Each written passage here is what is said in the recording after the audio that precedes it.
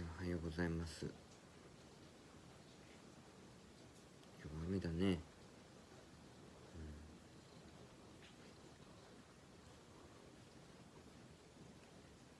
ずっと最近雨だよね。なんかね、やまない。なかなかね、晴れにならないから困っちゃいますね。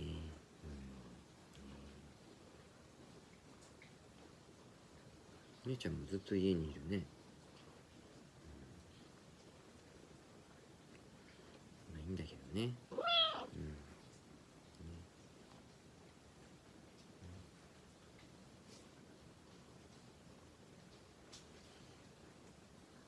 台風が来てるからね。台風が通り過ぎたらまた暖かくなるのかな。寒いんだよね。風邪とかひかないようにね、にあちゃんね。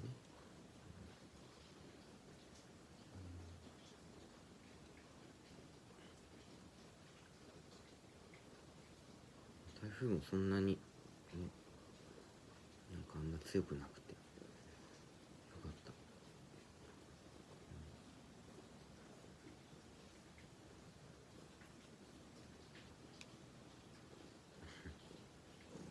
ああ、なんだよにゃんちゃん。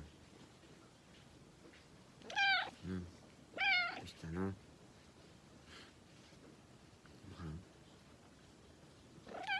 飯？ど